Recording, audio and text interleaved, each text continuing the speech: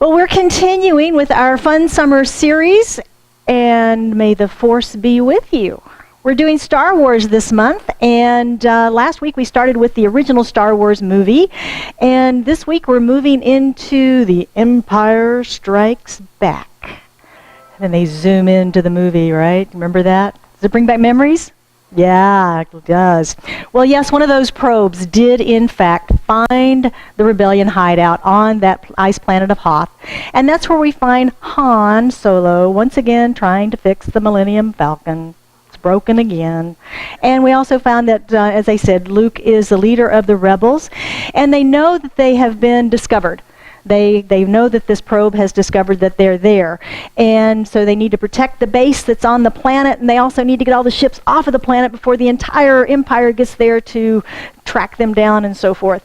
But they have in their way these wonderful Imperial walkers. Remember those guys? Were they cool the first time you saw them? It's like, oh my gosh.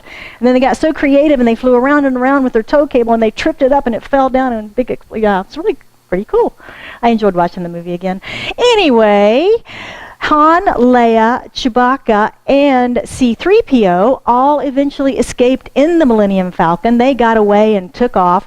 And Luke, of course, had that vision about going to Dagobah to find this Jedi Master teacher named Yoda. So he and R2-D2 jumped in his little spaceship, and they went the other way. And Vader is relentlessly pursuing the Millennium Falcon because he thinks Luke might be in there too. He's trying to catch these guys. And so he's doing that pursuit, but then Luke is already arriving at Dagobah and looking for Yoda. And he comes upon a little troll. And this little troll comes into his camp, and he just starts getting into everything. Remember, he was digging into stuff, and Luke is just like annoyed by this little troll. I'm looking for the Grand Jedi Master. And Yoda goes, I know who he is. Come back to my house, and I'll give you something to eat. So they go back to his little hobbit house. Remember the little tiny house? And they go back in, and there, Yoda actually admits that I am Yoda, the Jedi Master. And Luke is like dumbfounded, of course, right? Because he was what? Judging by appearances again, right? Yeah, that couldn't possibly be the Jedi Master. He's a little troll. Couldn't possibly be. Well, then the wise Yoda begins talking to Luke and saying, I don't think you're ready, kid. I don't think you're ready to be a Jedi Master. I don't think you have what it takes. You got too much anger. You've got too much anger. I don't think you have the deepest commitment to becoming a Jedi Master, to the training that you're not going to need to experience. I don't think you have a serious mind. And besides that, I think you're reckless. And I've been watching you for a long time. And you live in the future, always seeking adventure.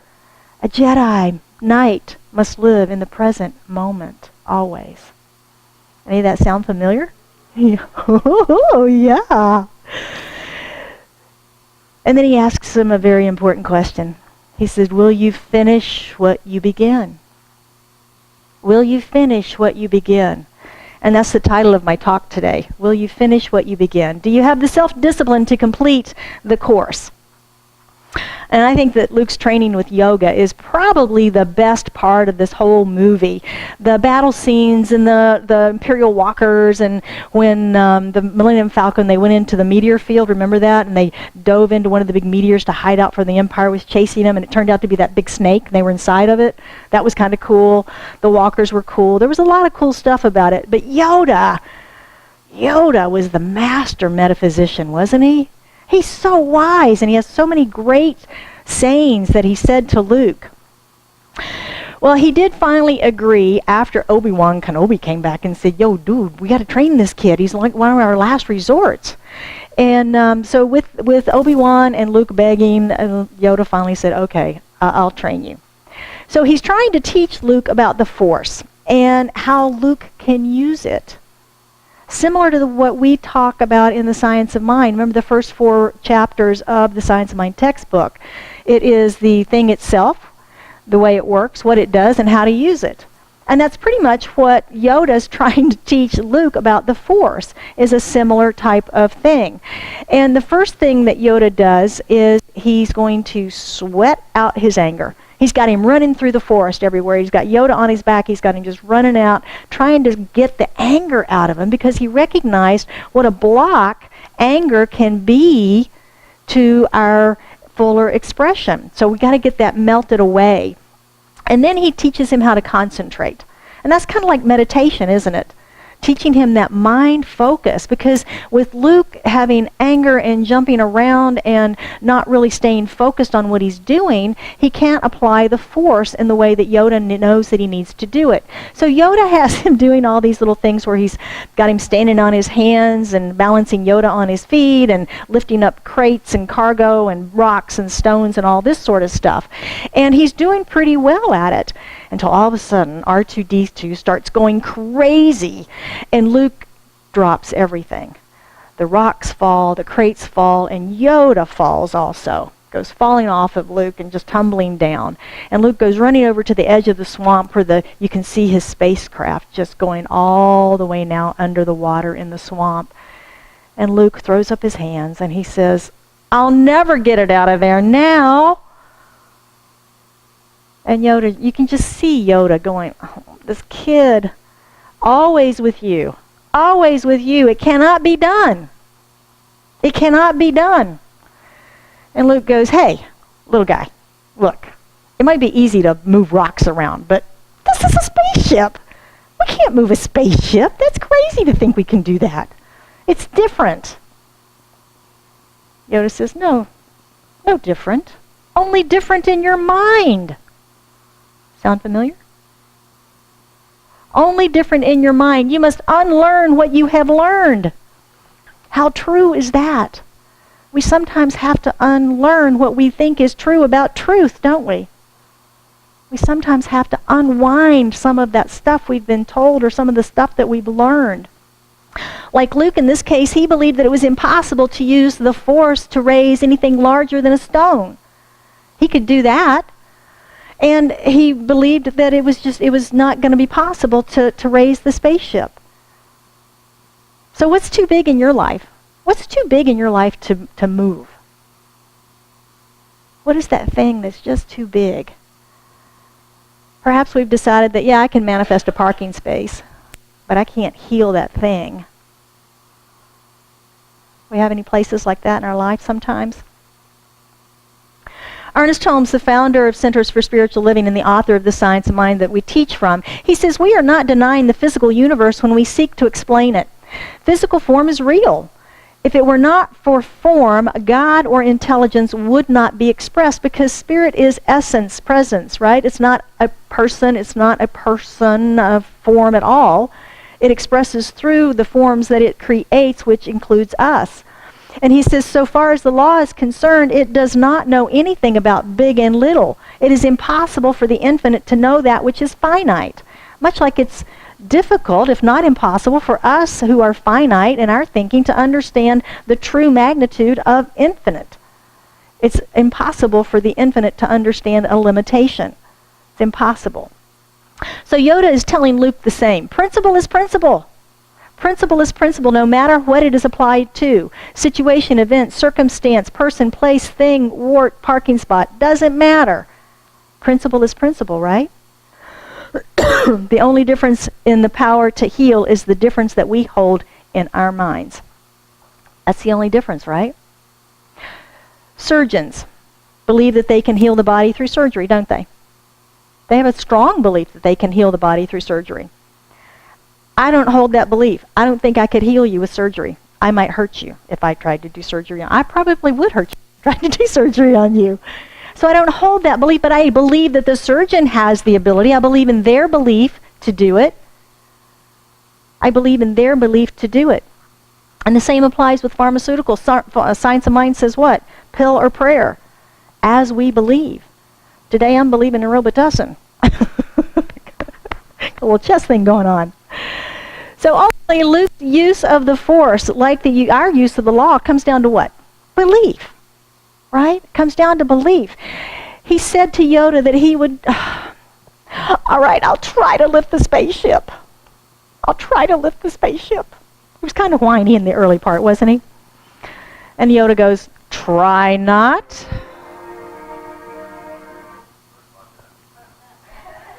Do or do not. There is no try. Do or do not. There is no try. So Luke tries to raise the ship and he can't. And then he tries to reason with Yoda that it's just too big. Just can't do it. And Yoda, of course, looks at him and says, what? Too big? Judge me by my size, do you? Yoda's this big, right? Again, judging by appearances. And then, of course, Yoda proceeds to go, blip, raises the ship right up out and floats it over. And Luke goes running over and goes, I can't believe it! And Yoda goes, exactly, that's why you fail. Right? Clean up our language. Clean up our language. We say silly things like that, don't we? Yeah, all the time. And they're affirmations that we're using unconsciously. We need to clean up our language, just like Luke's got to clean his up too. Luke's got to clean his up too. Ernest Holmes tells us that the law always says yes. You ever heard that? The law always says yes. You hear it in our prayers all the time. That includes yes to our limiting beliefs. Did you know that? The universe says yes to our no. Okay. I don't believe it. Okay. So throughout the training, we see Luke limiting the Force, don't we? We see him limiting it to his perspective, to his small view. And Yoda's trying to expand his view and trying to show him more of what is possible for him as he becomes this Jedi that he so desperately wants to become. And we call these our limiting beliefs, don't we?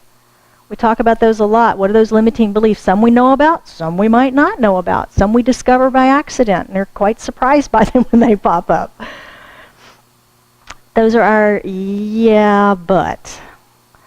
Or, yeah, it'll work for you, but that won't work for you. You don't understand. I'm different. It won't work for me that way. Our excuses, right? Just like Luke had his excuses. They're our excuses that we come up with for limiting the law. But the wise Yoda explains to Luke that the Force is his ally. His ally. And I think it's some of the best dialogue in this whole movie is when he's explaining this to Luke. It's everywhere, even between the land and the ship, talking to him about the Force.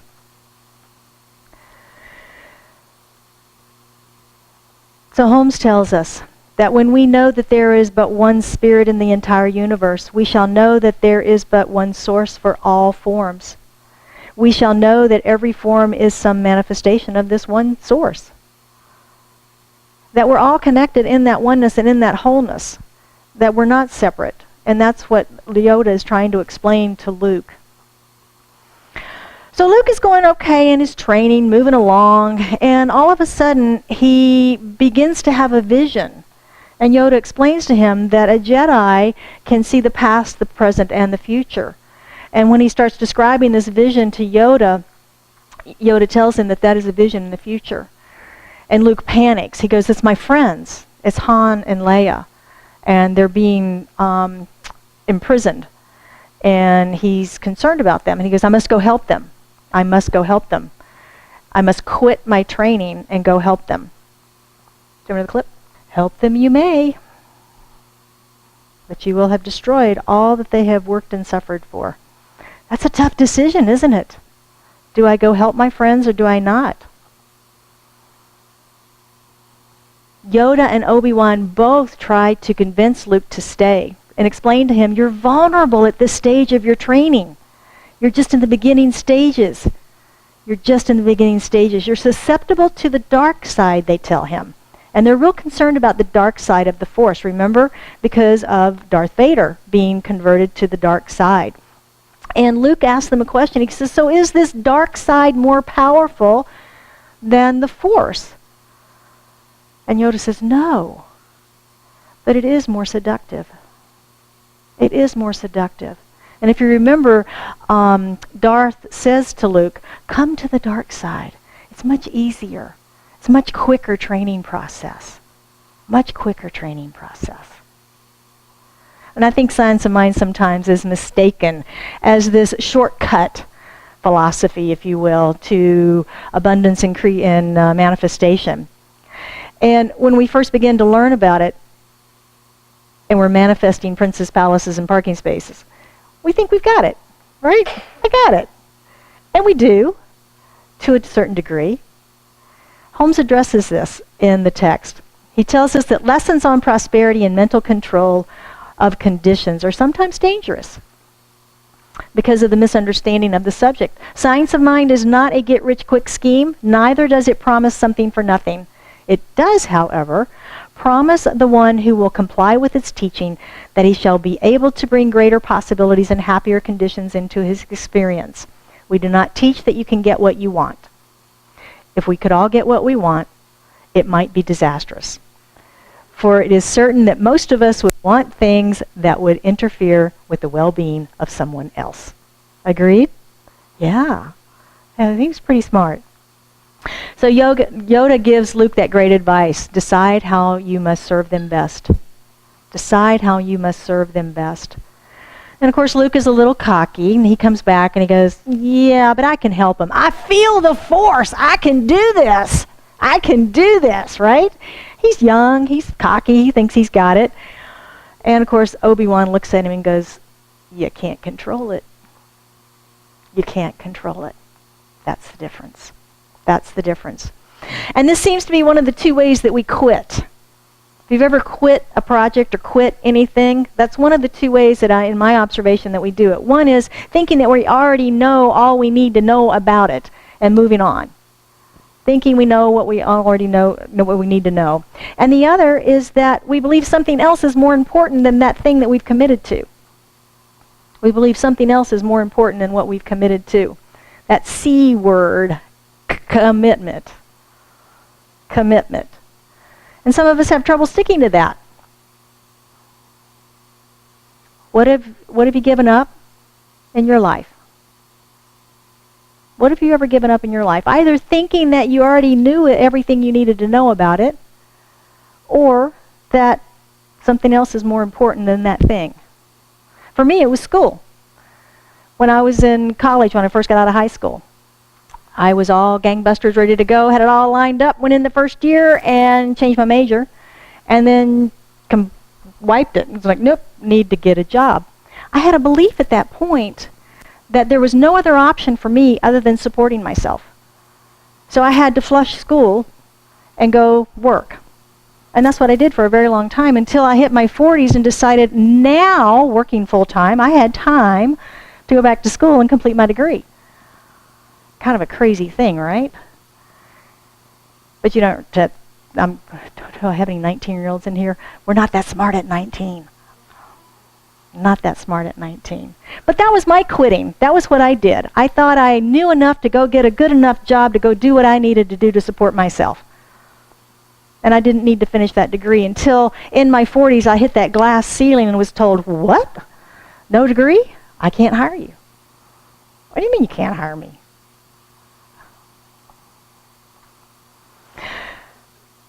So where have you stopped short or given up on a commitment? Where have you stopped short or given up on a commitment? Can committing to something actually be a spiritual practice? What do you think? Can committing to something actually be a spiritual practice? I think so. Because I think of commitment as faith. Commitment is faith because we're putting our faith in trust in Spirit, in God, in Source.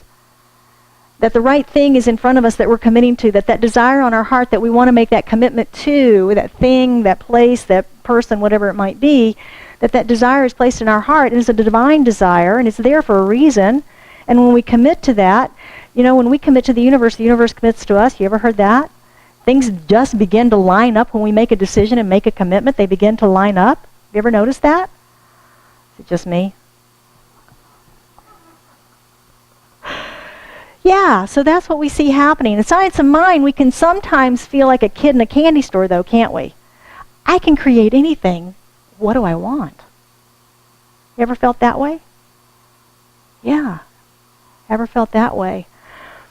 But I sometimes think this idea that has permeated our teaching for some reason about this or something better, I think that's a limiting belief. Because when we say this is what I want, or something better, are we committing to this? Not really. We're leaving the doors open for some supernatural being to go, yeah, I think you're going to like this better. It's kind of an interesting concept to me. I've talked about this before, and the more I noodle on it and think about it, the more I think it really is a limitation for us. Because we know if I commit to this, and I want it in blue instead of red after I've lived with it red for a while, I can create it in red, can't I? I can create it in blue. I can create it in green. Because that's how the power of our manifestation works. The power is in the commitment. The power is in the commitment and the belief behind it. So in Luke's case, he wanted to be a Jedi Knight, didn't he? He had wanted that since he was a small child. But he also wanted to go help his friends. He wanted to go help his friends. But he wasn't prepared for that task. Either of them, really. But he did it anyway, didn't he? He did it anyway. So was he brave? Was he loyal? Or was he a quitter? Probably all the above in some respects. He was very brave to go off to take on the empire with partial training. He was very loyal to his friends to go and help them in their time of need. And he quit his training. Now, we have to watch another movie to find out if he actually went back and finished his training, because it doesn't show us in this particular one. So, well, more to be revealed on that. But you won't have to wait for the revelation of our practicing the principles, because we've got those right now. Number one, size doesn't matter. I don't care what you've been told, size does not matter. Yoda is a great example of the power of a small package. Holmes tells us that spirit knows no large or small, a penny or $1,000,000, a mountain or a molehill. Doesn't know the difference. It's only that it is form, not size of that form. It's impossible for the infinite to know that which is finite.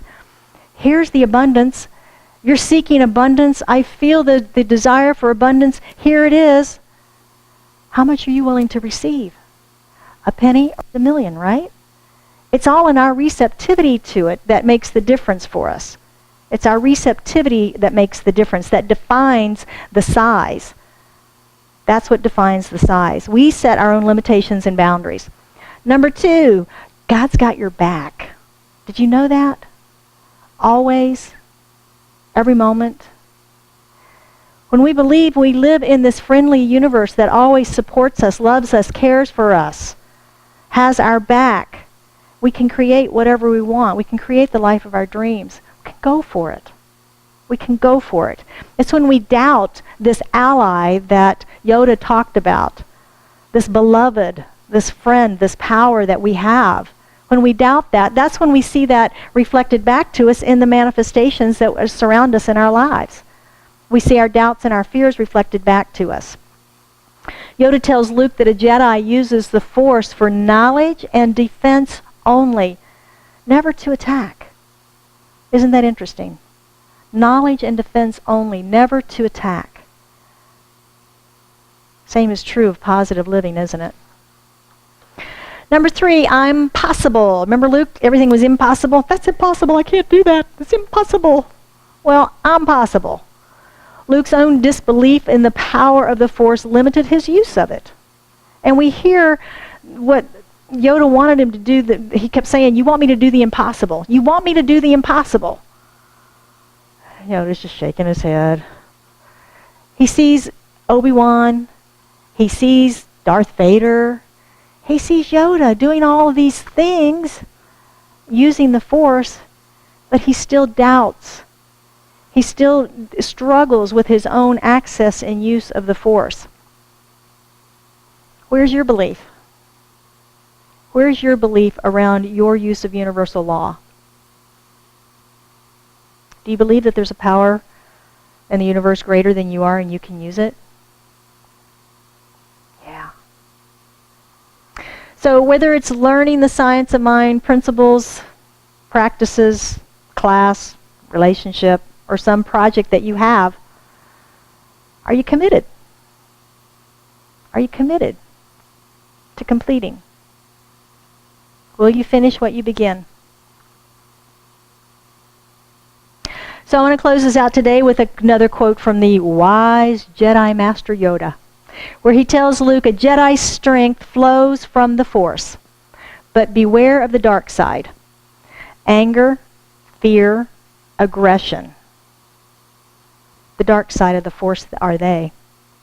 Easily they flow, quick to join you in a fight. And don't we know that to be true?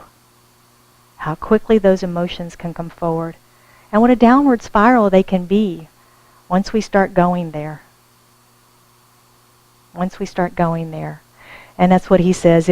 Once you start down the dark path, forever will it dominate your desire. Consume you it will, as it did Obi-Wan's apprentice, Darth Vader.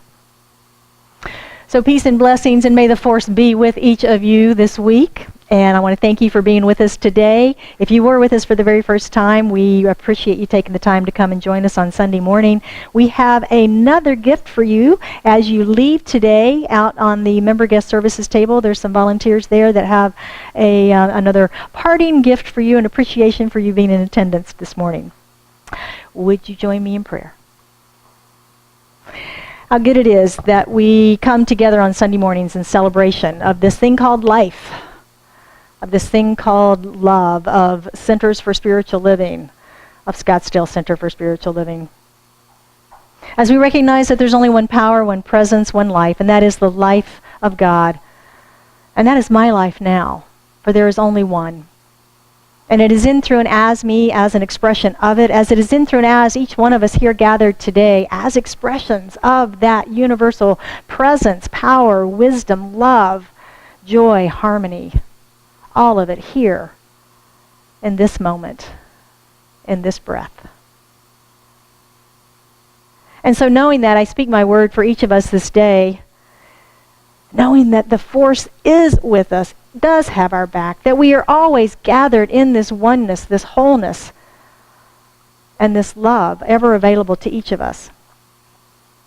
And I know for any of us that have anything on our hearts or minds today, that we lift that into this time of prayer, knowing that if it's a commitment that we need to step more fully into, or something that we need to commit to completely, or revisit, whatever it might be, that is lifted and clarity is revealed. Wholeness, health, prosperity, whatever the need, we know that in this moment it is met. And so it is in great gratitude that I simply release this into the activity of law, into the action of mind, knowing that it is already done, it is already so, and we affirm together by saying, and so it is.